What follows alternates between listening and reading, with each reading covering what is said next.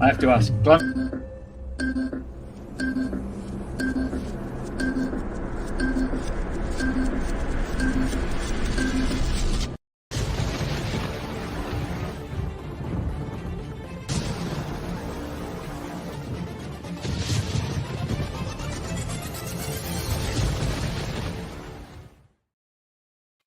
And very good. Did you like that? Did you? Yeah, that's totally that.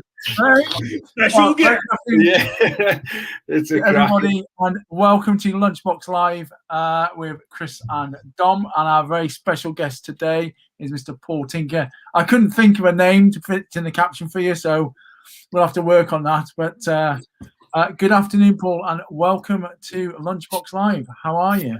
I'm good, mate. Thanks. How are you? Very good. And Dom, how are you today, my friend? I'm good. I'm this haircut. I say it every time, but it's starting to concern me. Really is. You look like fucking Mick Hucknall. Yeah. No comment. No comment. So today we're excited. We've got Paul with us, and we're in East of England today on our virtual tour. Where are we? Where are we, Paul? Where are you based? South, eh? I am in North Lincolnshire. North Lincolnshire. It's a nice part of the world. There's an RAF base down there, isn't there? Oh, loads of them. All of them. Yeah. Nice part. Evergreen. Yeah. So we are. And we're with Paul, who has an interesting journey. We've known Paul, like most of our guests, from working with Paul Morton, his Elite X Mastermind. And when you join Elite X, you have to introduce yourself with a story. Now, I don't want him to repeat the story, but it's the funniest story I have ever heard in my life. I'll leave it there.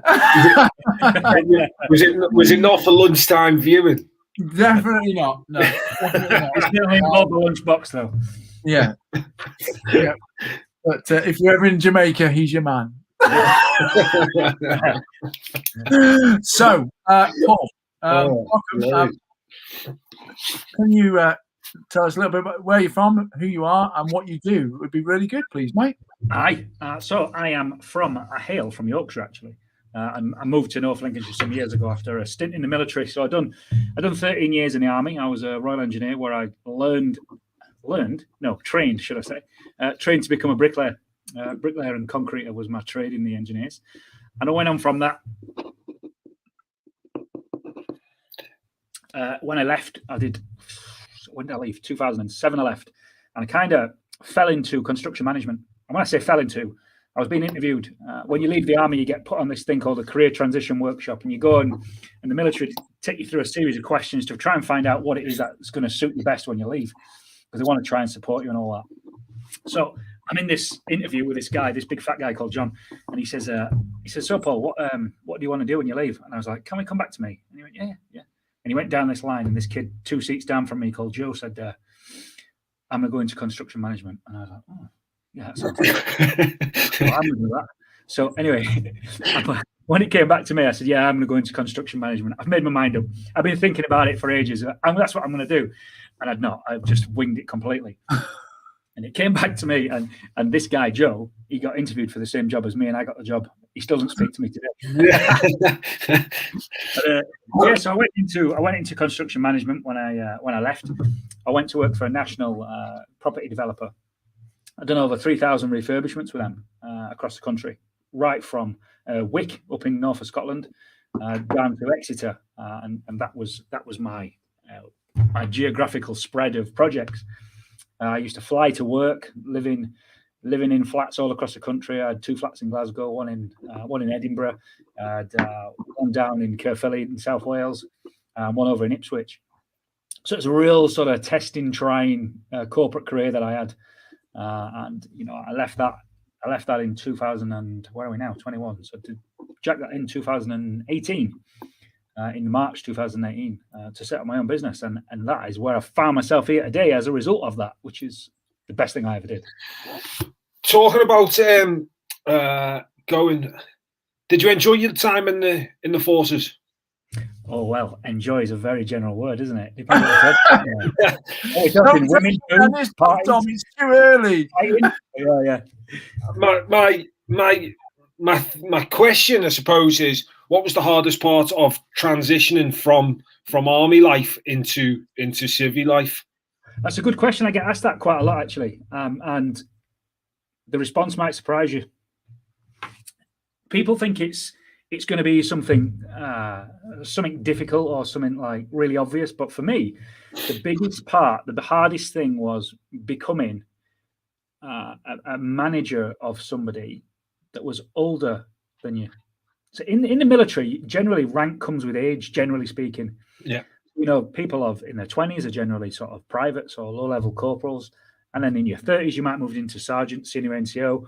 And sort of 40 plus, you might be talking warrant officer and captains, etc., and officers. So because of that rank structure coming with age, when you come out of that, it's the only thing I ever knew. So I came out of that into construction management.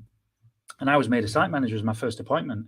And I had site supervisors that reported into me that were 20 years my senior. Yeah. And it was like, what the fuck? How is this? This isn't right. And you feel like, whilst I have got this respect for this older guy relative to age, I'm more qualified and competent to do a job. That it was really, really weird. I took years to get my head around that. Years.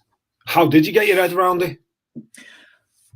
I guess just repetition. I guess just so that wasn't just a one-off in that one job. It was every job and project I went on after that was the same.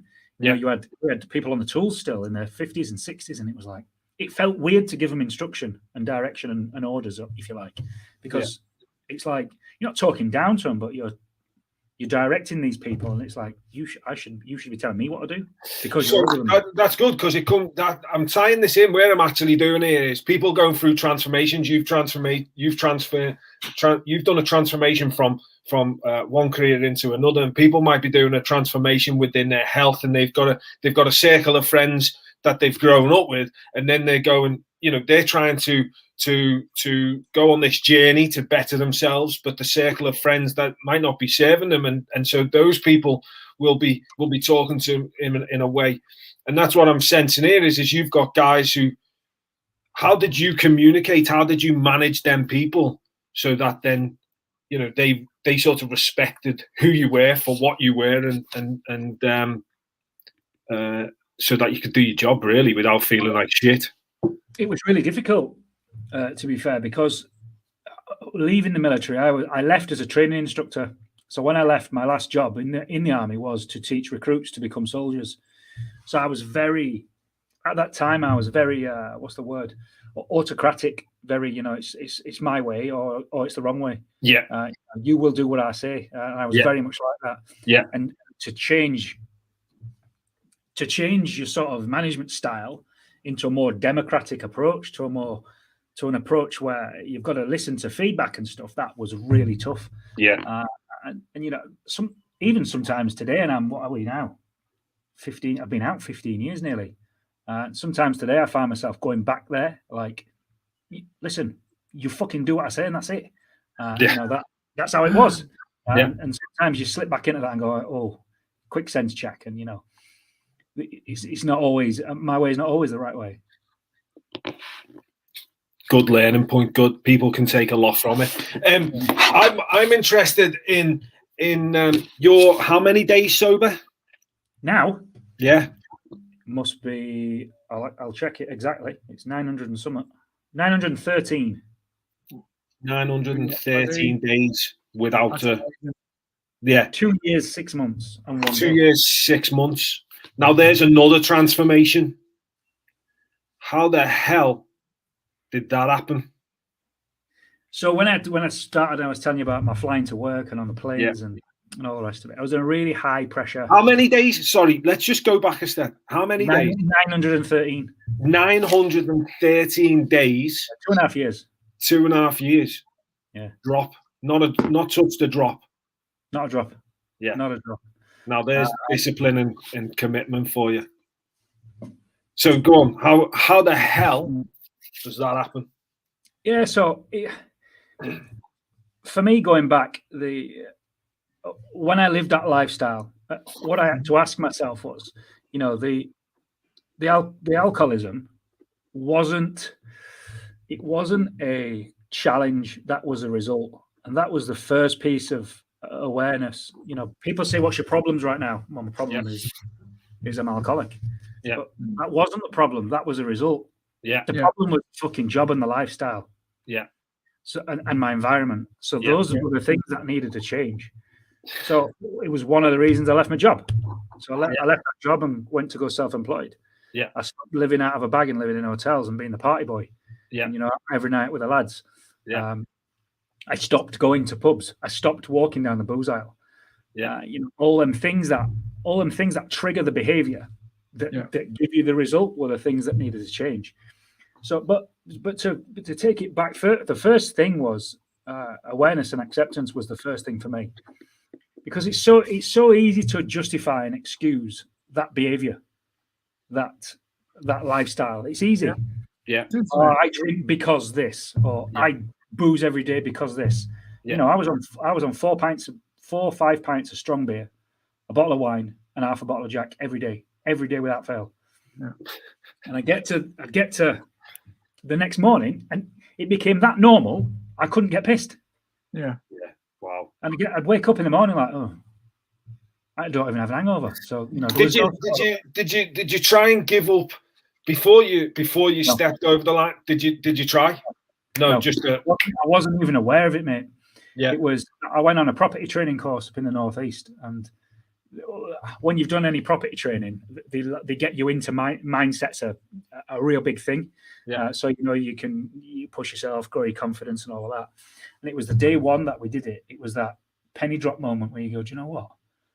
I've got a bit of a fucking problem here. Yeah. I shouldn't really be consuming that amount of alcohol and spending, you know, 10 grand a year on booze. Yeah. It's fucking crazy. So it was that awareness and that acceptance of, do you know what? I need to do something about this. Yeah.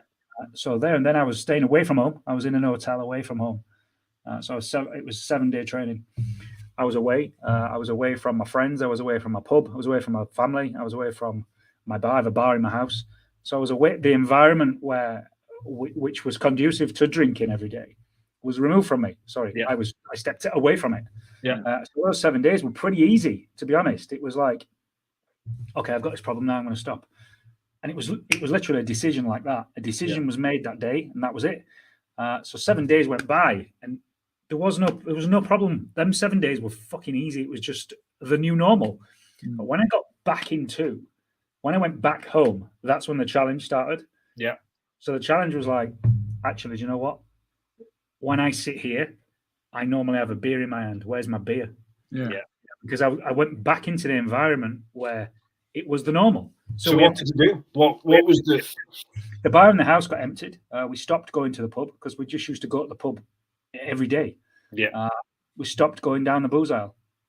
And once I'd accepted it and become aware, and then it now becomes about the environment, right? Yeah. So that was the environment was next thing that I had to change, and that was doing all of that stuff that was leading to the behavior which was giving me the result. Yeah, that was the thing that I needed to change next, and that was tough.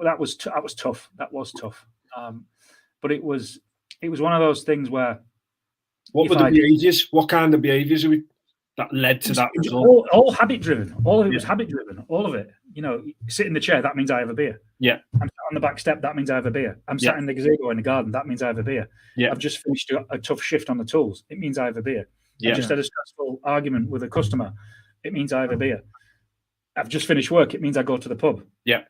I'm in Tesco. It means I walk down the booze aisle. So relatable. This is so relatable to guys. You know, we'll have people who will be seeing this with alcohol. They'll be thinking about it with exercise, but definitely with eating. You know, I know several of our clients who have won or are winning this challenge, but they've expressed to us that they celebrate on a Friday with a takeaway.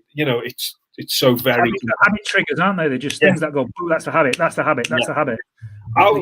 Did you have a group of mates at the time that were trying to pull you back in, or did you? No, I wouldn't say that they did. No. You get all the bants, don't you? Oh, you fucking pussy when you get back to normal again. And I feel I've got mates out there that if I had a beer tomorrow, it'd be, "I knew you'd be back." Yeah, that type of. But I guess that's banter. I guess. But I would say that my mates are more my peer group than they are mates as normal people. I said that wrong, didn't I? The masses would refer to as mates. Yeah. The guys I grew up with, I rarely see. Yeah. The guys that I would normally go to the pub with, or what I used to go to the pub with, I rarely see.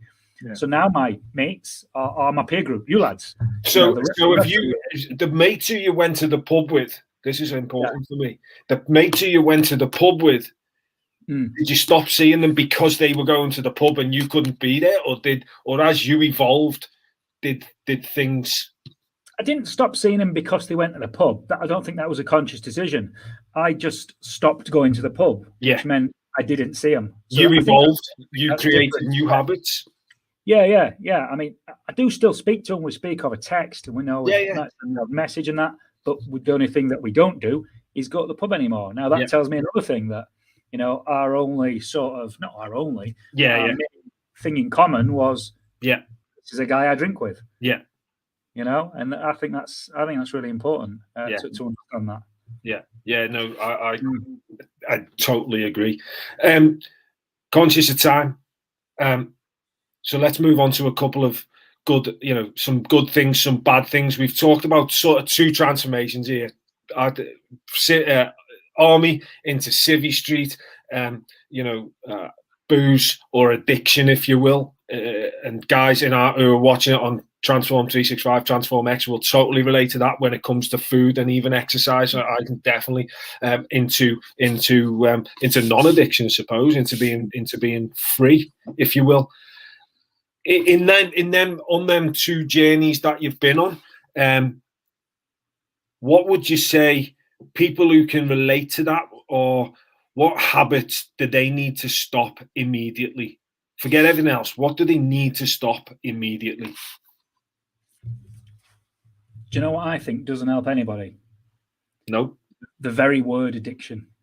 Cool. I think it's a negative label that anchors somebody to a behavior. Just the word alone. I'm addicted. I'm addicted to alcohol. I'm addicted to booze. I'm addicted to food. Let's just shift that word. Gives you an word addicted. Label. It is a label. It's just a bad habit, right? Addicted is a more powerful word to use than I've got a habit. I've got a bad habit of drinking. That seems so much easier to get over than I'm addicted to booze. You see what I mean? It means the same thing. We're just giving it more power, and if we give it more power, it's got more of a hold over us. That's an interesting point, Paul. Because would you have classed yourself as an alcoholic? Full on. Like I would have won fucking awards for it, man. So you and I are very similar, because I was definitely fucking the world's biggest fucking overeater. I'd win awards for that. So, but I would never. In my process went, yes, I was addicted to food, but I class my opening statement is I'm a recovering overeater. And you'll always be a recovering alcoholic because you can't go back. Well, I won't, because I just don't drink. Yeah, so you don't. So you're not an alcoholic anymore. No, I just don't drink. I don't. There's a difference between. I hear this a lot with people that smoke. Do you want a fag? No, I'm trying to quit. Fuck off, mate. You either quit or you haven't. Yeah. I'm trying to quit says I'm just. I'm holding on to it still. I still want to hold on to it. Yeah, it's like quit drugs, but keeping the dealer's number in your phone, right? Just in case. Yeah. What else do they need? Do people who are trying to make a transformation need to stop doing? Now, if we're talking, this is environment again. So I think next becomes environment. So if it's food, stop buying shit.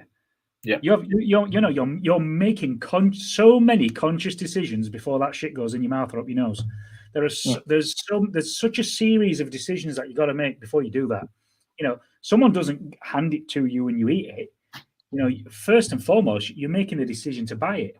Then you're going to make the decision to go out and get it, spend money on it, stand at the till, then put it back in the boot of the car. Then I'm going to drive it home. That's 7 decisions I've already made.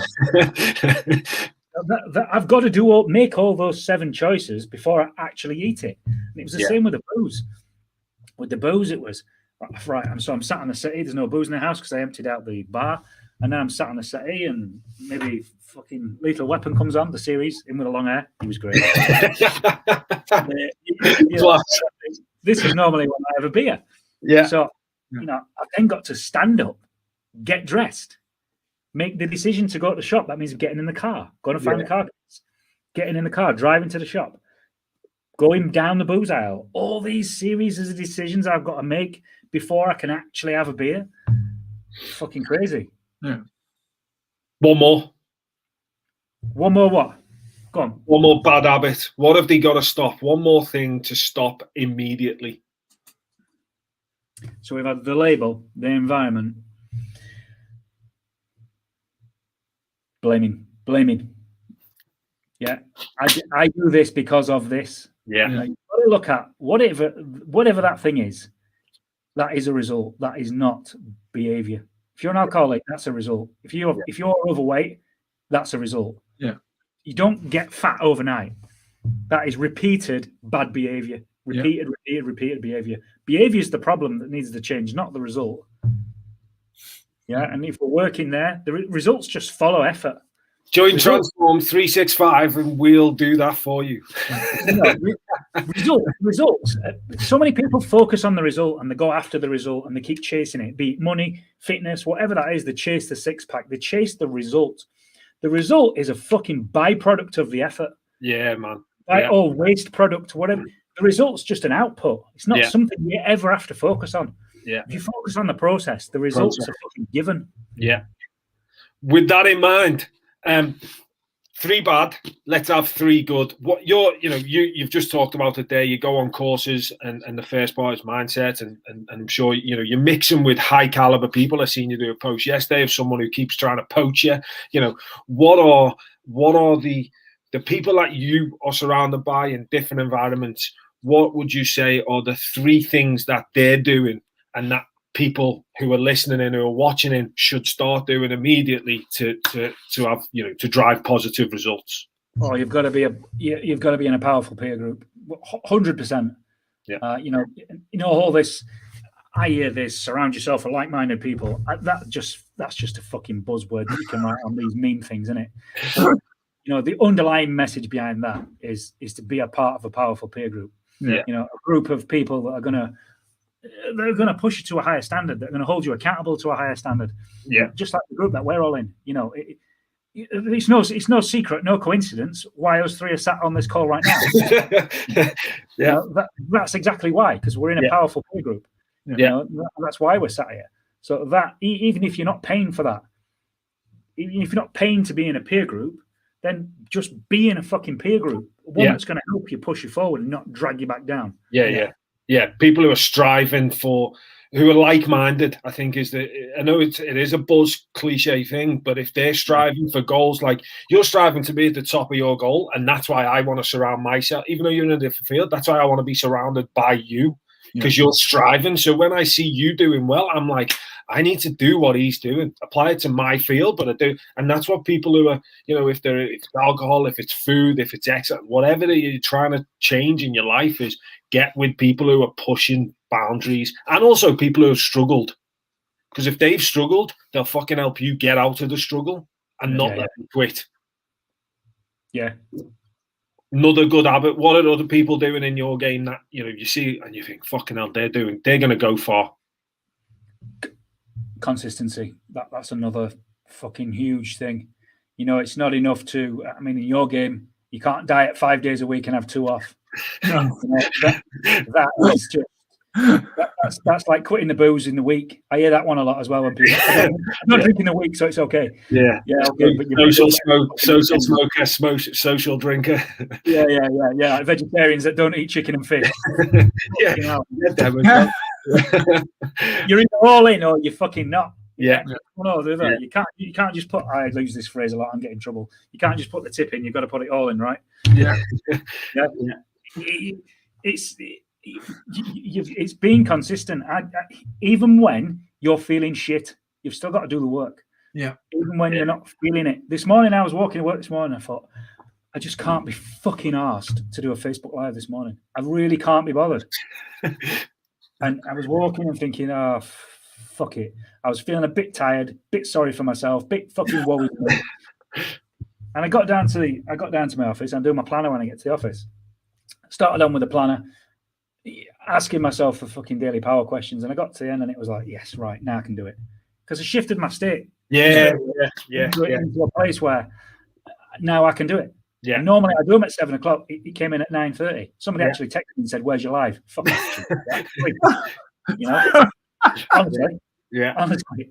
So true. That's so true. I've been one through my transformation that I've needed routine. At 7 o'clock I do this. At 7:30 I do this, and actually more of late. Me and Tibbsy talk about this all the time. We're banging heads against each other. We're like, I don't want to fucking do it at 7 o'clock. I don't want to do this at 8 o'clock. In fact, I don't want to do it at all.